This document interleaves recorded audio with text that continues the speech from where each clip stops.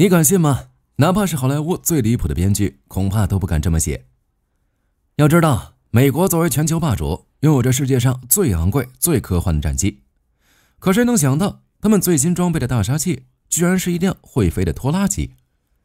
你沒聽錯，就是那種在德克薩斯農場上空冒着黑煙，給玉米地噴農藥的農用飛機。但這還不是最離譜的，最離譜的是，這個價值2000多萬美元的戰鬥機，它的瞄準鏡竟然是個僅值幾十美元的步槍瞄準鏡。是不是覺得腦子嗡嗡的？這玩意兒不是應該裝在 M4 卡宾槍上的嗎？美軍是窮瘋了嗎？還是說這背後藏着什麼不為人知的頂級戰術？今天火力軍就來帶大家扒一扒這架美軍史上最土、最摳門卻又最具反差的傳奇魔改機 OA-1K 天襲者2。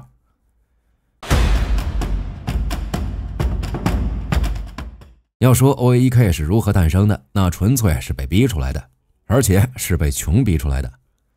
2017年，美軍正在中東執行治安任務，對手不是開着蘇57的俄國空軍，而是一群騎着摩托車、拿着 AK-47 的游擊隊。這時候，美軍發現了一個極其尷尬的問題，他們手裡的家伙事兒太貴了。你想象一下這個畫面，為了炸掉幾個躲在山洞裡或者一輛破皮卡車上的極端分子，F-22猛禽戰鬥機呼啸而過，扔下一枚精確制導炸彈，轟，土房子平了。但五角大樓的會計們看着賬單，臉都綠了。你想想看 ，F-22這種天之骄子，飛1個小時的成本就是幾萬美元，再加上維護、拆舊費用，那每小時甚至可能衝到7萬刀。可結果呢？這麼貴的飛機飛到天上去幹嘛呢？去炸極端分子的一輛破皮卡，或者去追2個騎摩托車的武裝分子？這已經不是大炮打蚊子了，這是用黃金去砸核桃。砸開了還好，砸不開那是真肉疼啊！而且這些高大上的噴氣式戰機還有一個致命的弱點，那就是太快了。還沒等着看清敵人在哪兒，嗖的一聲，飛機已經飛過頭了。要想再飛回來，那就得繞個回頭圈，等他回來，黄花菜都凉了。這時候美軍就開始琢磨了，他们想要一種飛得慢、看得清，還能隨叫隨到的空中保姆。於是美軍特種作戰司令部就把目光鎖定在了一家叫做空中拖拉機的公司身上。沒錯，這家公司的主業就是制造那種在德克薩斯大農場裡每天噴灑農藥、到處滅火的飛機。而他們家的當家滑蛋 AT-802 長得那是相當淳樸，方頭方腦，如果不掛導彈，你甚至覺得他下一秒就要去撒化肥了。但就是這麼個土包子，卻擁有一個讓所有軍用戰機都眼紅的超能力，那就是不挑食。其他飛機需要空調恆溫機庫，還得像伺候大爺一樣供着。OA-1K笑了，只要有一條稍微平整點的土路，或者一輛卡車壓出來的草地，它就能起飛。而且哪怕是滿地碎石子的野戰跑道，它也能像拖拉機一樣橫衝直撞的起飛。這意味着什麼？意味着特種部隊打到哪兒，這架飛機就能部署到哪兒，這就是真正的前線支援。於是由軍火巨頭 L3 哈里斯接手，一場史上最硬核的魔改開始了。OA-1K 原本裝滿農藥的大肚皮被掏空了，換上了昂貴的電子設備和油箱。以前給莊稼施肥的噴頭拆了，拆成了10個武器掛架。為了讓飛行員能活着回來，設計師更是在座艙外圍加裝了輕量化複合材料。只要飛行員坐在座艙裡，地面的輕武器就拿他沒辦法。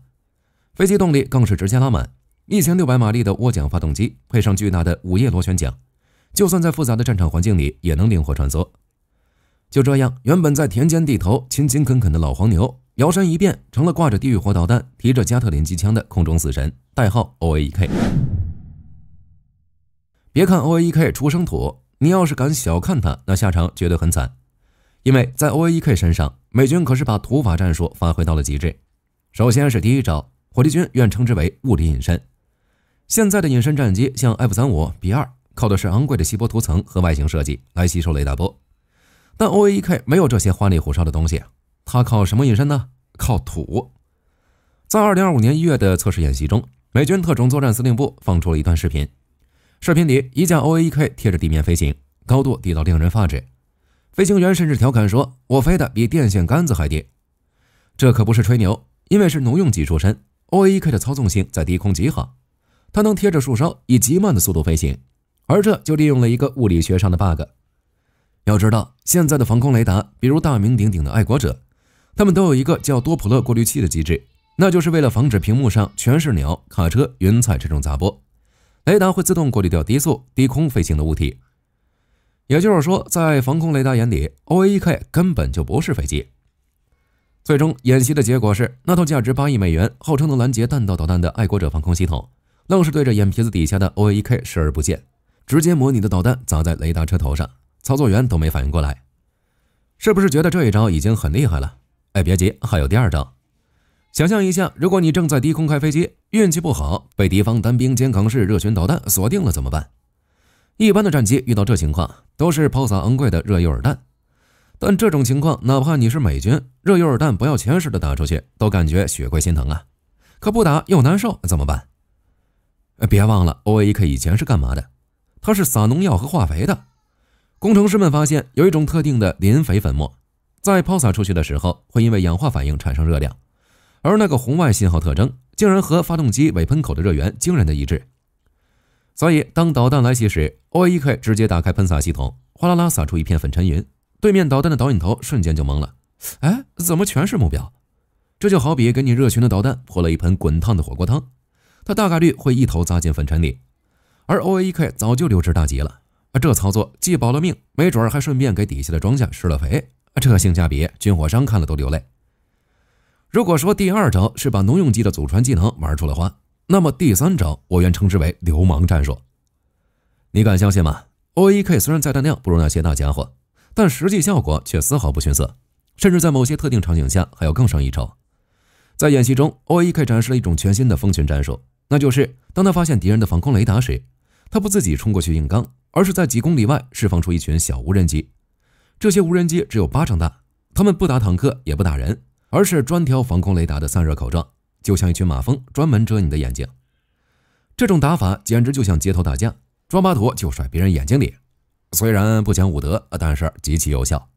因為一旦雷達癱瘓 ，OAEK 掛載的那些大家伙就可以從容地進行收割了。這三套土味組合拳打下來，誰還敢說 OAEK 是空中拖拉機？這分明就是披着羊皮的狼，而且還是那種滿肚子壞水的狼。講完了戰術，我們回過頭再來想想片頭那個讓無數人蒙圈的問題 ：EOTech 步槍瞄準鏡安裝在飛機儀表盤上，這到底是什麼情況？難道是美軍經費被貪污了？其實，將步槍瞄準鏡安裝在 OAEK 上，這就是官方認證的正經配置。而美軍給出的理由也是讓人哭笑不得，因為 OAEK 的飛行員戴的就是泰雷茲公司生產的蝎子頭盔。這頭盔可厲害了，能夠把所有的數据，甚至敌人的位置，直接投射在飞行員眼前。也就是所謂的看哪儿打哪兒。但是这種高科技每次起飞前都得進行位置校準，就像你的手機指南針需要基準一樣。如果是 F-35那種飛機，就會有專門的昂貴 HUD 來做基準。但 OAEK 沒有 HUD 啊，那怎麼辦？裝一個？太貴了。於是天才的工程師一拍大腿，去隔壁槍械庫領一個步槍瞄準鏡來。幾萬美元的頭盔系統就靠着這個幾百美元的瞄準來校準中心點，這叫什麼？這就叫該省省，該花花。而且 OAEK 一般在低空作業，因此它的電子系統很容易被打壞。而當士兵面對滿眼黑屏的時候，這個幾十塊錢的瞄準鏡可能就是飛行員最後的救命稻草。它可以像二戰時候的反射瞄準具一樣，不需要電，不需要數據鏈，只要透過玻璃看到紅點，扣動扳機，就能用腋下的機槍吊艙，幫助飛行員用機槍進行最後的殊死一搏。這種設計其實在美軍特種飛機的歷史上是有傳承的。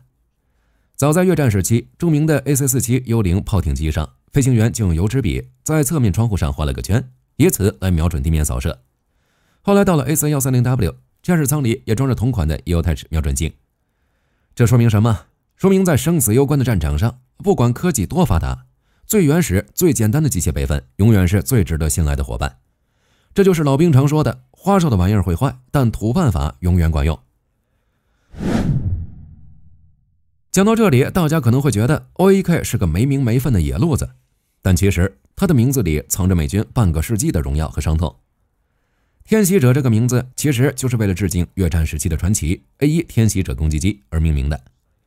早在噴氣式戰機稱霸天空的時代， A1 就因飛得慢、載彈量大、皮糙肉厚，成了被擊落飛行員最後的希望。那時候只要聽到 A1 那種特有的發動機轟鳴聲，躲在叢林裡的美軍飛行員就知道我有救了。A1 會提着樹梢，用機炮和炸彈在這名飛行員周圍炸出一道火牆，硬生生把美軍從越軍手裡搶回來。在那個年代，天襲者就是近距離空中支援的代名詞。更是一種不拋棄不放棄的承諾。時間來到2025年4月，在 OAEK 的服役儀式上上演了極其催淚的一幕。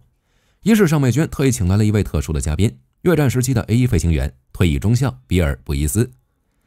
當老人家滿頭白髮，顫顫巍巍地走到這架新飛機面前，看着機身上噴塗和當年一模一樣的鯊魚嘴塗裝，看着那行“天襲者2”的字樣，老兵恍惚了。當他被邀請坐進座艙，手握住操縱桿的那一刻，仿佛時光倒流了50年。但他很快發現時代真的變了。當年他需要把飛機飛到能看清閱兵牙齒的距離才能扣動扳機，那是拿命在搏。而現在坐在 OAEK 裡的年輕飛行員終於不用再面對這樣的危險了，因為這架飛機搭載的 L3 哈里斯光学吊艙能在5000米外看清地面上的一张人脸，甚至能夠提前知曉敵軍數量。儀式上，老兵布伊斯被邀請按下了武器測試按鈕。當机炮噴出火舌的那一刻，2代天襲者跨越了57年的時光，完成了一次无聲的击掌。這是一場跨越時空的接力，雖然飛機變了，技術變了，但那份守護戰友的初心從來沒有變過。故事講到這兒，你可能覺得 OAEK 這架飛機簡直完美，便宜、皮實、有情懷。但現實往往比故事更殘酷，圍繞着這架飛機的不只有鮮花和掌聲，更有鋪天蓋地的質疑，甚至是謾罵。關於 OAEK 的爭議，在美軍內部，甚至在美國國會吵得那是不可開交。有人說它是神器，也有人直言不諱地說這就是一口會飛的棺材。為什麼這麼說？其實最大的槽點就在於那個為了省錢和減重而被砍掉的關鍵設備——彈射座椅。是的，你沒聽錯，作為一架要衝在前線的軍用攻擊機，它居然不給飛行員配彈射座椅。雖然官方說它的低速性能好，迫降成功率高，而且駕駛艙有防滾架保護，但是這是打仗啊！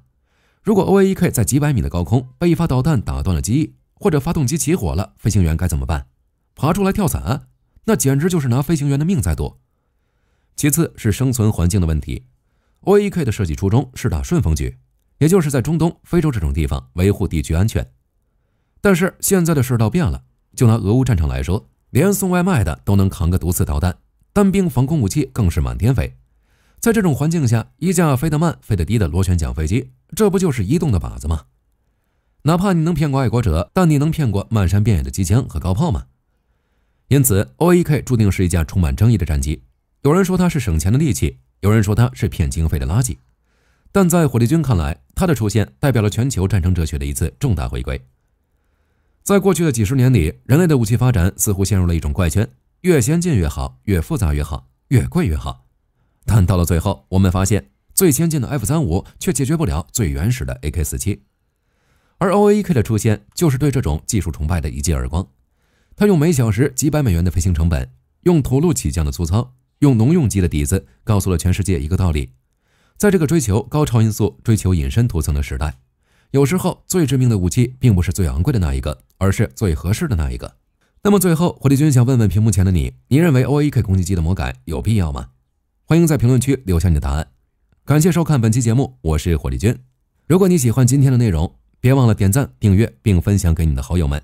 我們下期節目繼續火力全開。